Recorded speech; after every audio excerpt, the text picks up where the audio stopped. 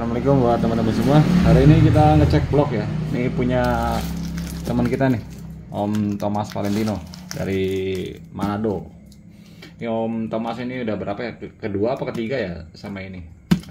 Ngirim lagi bloknya. Cuman yang ini bloknya dia baru beli blok. Kalau sebelumnya dia beli bloknya di saya. Nah ini beli blok sendiri. Oke, sekarang kita lihat ya ini bloknya ori atau enggak. Kebetulan ini blok bekas nih. Buat teman-teman suka ada yang nanya ya via WA ke saya, ngirimin foto-foto blok gitu. Kalau udah saya sering jelasin ke teman-teman tentang tipnya kalau mau lihat blok itu original atau enggak, terus keadaan bloknya bagus atau enggak. Sekarang saya buatin nih videonya khusus juga buat teman-teman yang suka bertanya tentang hal-hal tersebut.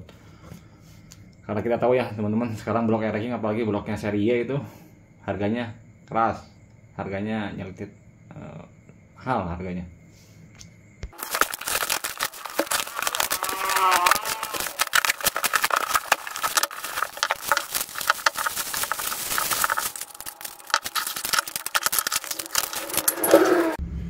Ya ini ya teman-teman untuk paketnya, isi paketnya. Ini kita lihat dari headnya mah standar loh, kirinya standar. Ini bintik-bintik. Kalau nggak bintik-bintik bukan standar dar-dar ya. Kalau ranking standar dar-dar biasanya ini pada apa? Pada gripis ya. Udah saya jelasin ini sebabnya kenapa ini gripis gini, detonet, bintik.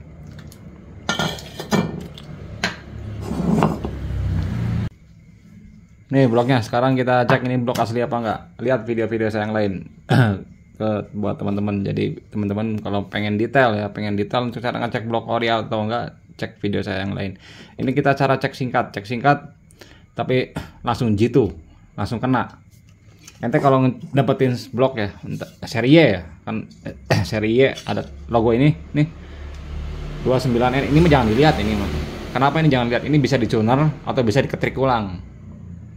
Ini diketik ulang juga bisa kode ini, atau misalnya kok ini nggak ada tulisan 29N nya karena ini udah dicuner, bisa. Cara jitunya kalau misalnya ente mau lihat ini blok asli apa enggak, mau itu seri Y ataupun YP, lihat dari perbedaan linernya. Ini tipis, ini tebal, ada beda tipis, ada beda ketebalan, tebal tipis. Obecor juga begitu ya. Obecor sekarang lagi viral ya, tentang teknik obecor, atasnya dibuat tipis, bawahnya tebal. Sekarang baru viral, padahal saya bikin obecor itu dulu sekitar berapa ya, 5 tahun yang lalu mungkin saya udah pernah bikin. Teman-teman bisa lihat video saya yang sebelumnya ya, tentang obecor perdana itu dulu bikin obecor. Mungkin sekarang banyak kawan-kawan kita yang udah bisa bikin obecor juga. Cuman tetap ada satu kelemahan obecor, walaupun ininya tipis, ininya tebal, dia nggak bisa transfernya. Nih ente lihat transfernya nih. Kalau misalnya ente lihat, nah ini ada liner. Kalau obecor tetap ininya tebal, alias sama tebalnya dengan ini nih. Ini kan enggak. Tuh. Tebal, di sini tipis, nggak sama gitu. Asli. Kalau obecor ininya tebal, ininya tipis, ininya ikut tebal nih. Liner ininya nih. Kenapa? Karena dia ngacornya cuma di atas doang. Nggak sanggup sampai sini, nggak bisa sampai sini. Selanjutnya kita cek untuk kelayakan pakai ya teman-teman. Nah kalau misalnya masalah baut gini mah jamak lah. Kalau misalnya ente beli blok ya bautnya pada selek atau pada bos-bosan, ada las-lasan, coran itu mah jamak. Kenapa jamak? Karena namanya juga barang bekas ya bro, barang second. Kalau misalnya ente pengen yang mulus, gres gitu ya coba aja ente cari yang baru. Yang baru paling serinya di atas 20 jutaan. Wajar kalau kayak gini, lagi kalau kayak gini mah bisa diperbaiki ulang ya, bisa dibos ulang atau bisa dicor ulang. Sekarang kita cek linernya untuk tahu liner ini longgar atau enggak dengan pistonnya. Harusnya ada alat mikrometer sama dial bor.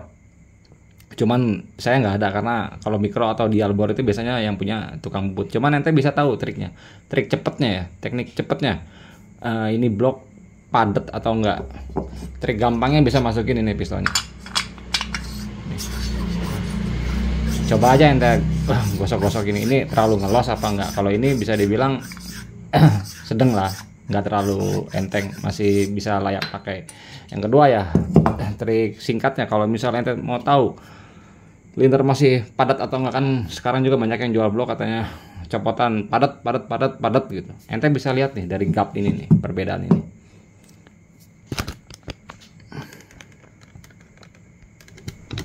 Nih ente lihat nih. Nih dari sini nih. Ini ada yang hitam-hitam kan ini. Ini apa hitam-hitam? Kalau misalnya misal ya, ente atau beli blok baru kan mulus, atau jangan blok baru deh. Misalnya ente quarter blok. Kalau di quarter block ini dibabat semua nih, semua. Dari dasar ujung ini sampai ujung bawah ini dibabat semua sama pisau bubut, terus di honing semua. Nah, ketika dipasang ya, ketika ini dipasang, si piston ini kan piston kan tirus ya, teman-teman. Ini kan tirus. Bawah sama atas lebih besar yang bawah. Yang atas ini bisa beda 0,2. Jadi yang sisi atas ini, piston ini dia nggak pernah nyentuh liner bagian atas ini. Jadi ring share cuman sampai sebatas ini doang nih. Bagian ini nih, ini paling ujung ini nih, dia nggak pernah kena nih dengan ini. Ketahan dengan ring share. Jadi ente bisa lihat ini aus atau enggak, lihat perbedaan nutnya di sininya. Nah, sekarang kita cek ya teman-teman nutnya. Ini cara ngecek cepet ya. Ini ente raba nih dari bawah sampai atas. Nah, kalau ini kan kalau saya raba di jari kerasa nih ada nut, ada drak. Cuman ente harus bersihin dulu ininya. Soalnya ini kan kerak. Tuh, yang hitam ini kan ujung ini kan kerak. Nah, bersihin dulu si keraknya baru ente raba. Takutnya ini ganjelan kerak.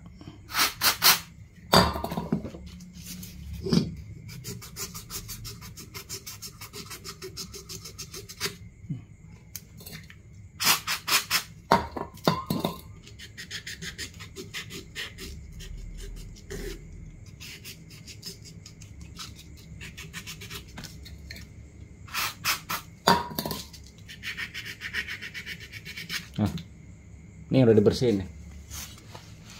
Udah hilang nih nutnya. Raba pakai tangan.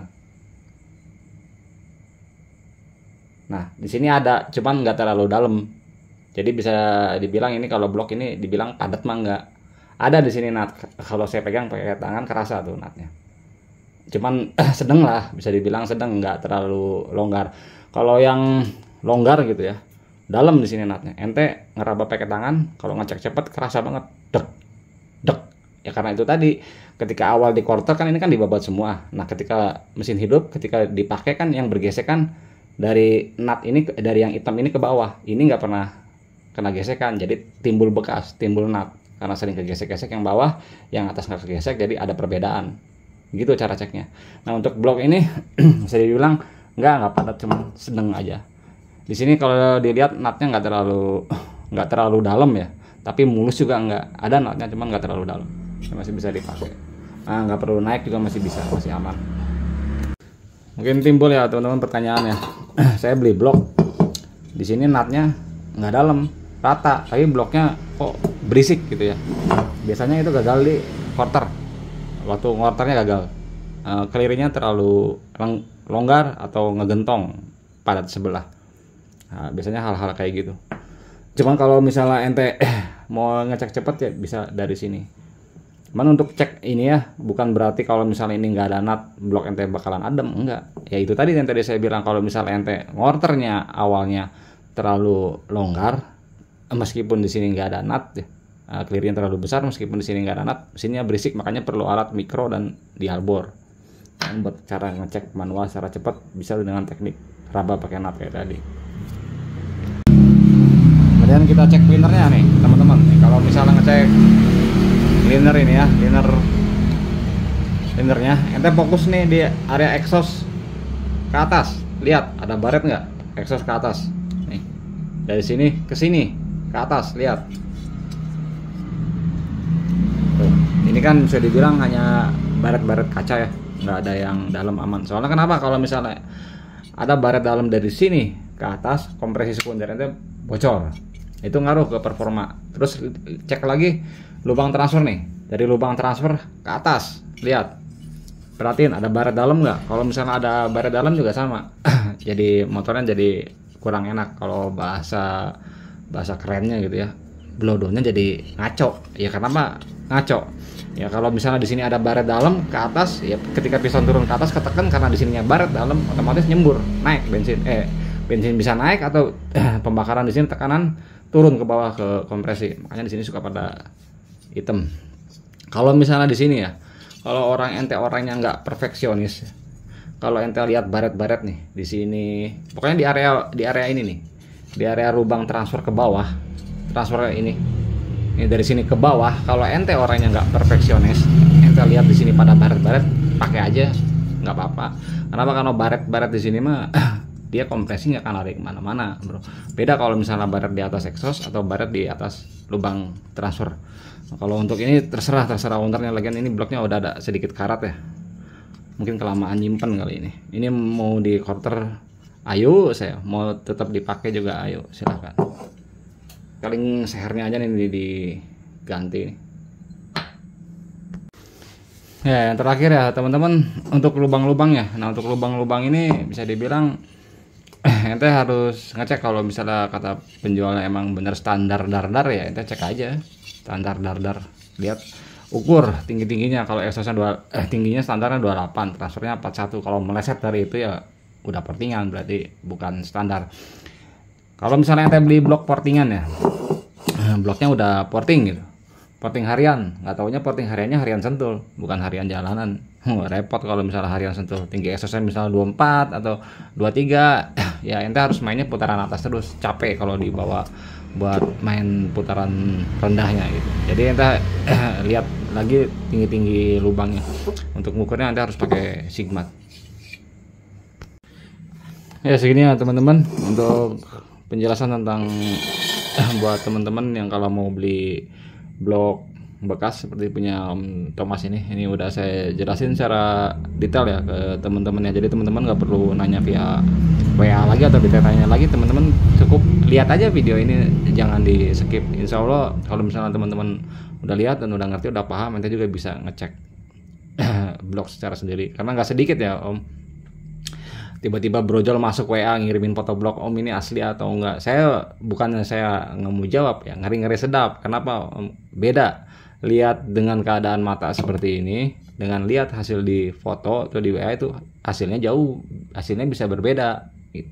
Kalau lihat begini kan saya ngeceknya detail. Nah kalau misalnya ente ngasih gambar begini, saya jawab ori, ternyata itu bloknya OB atau OB lapis atau kenanya OB cor, nanti ente nyalahinnya ke saya.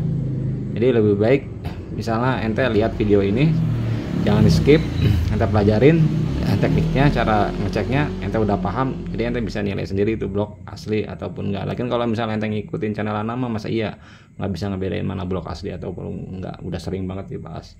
Ya terima kasih ya teman-teman atas waktunya.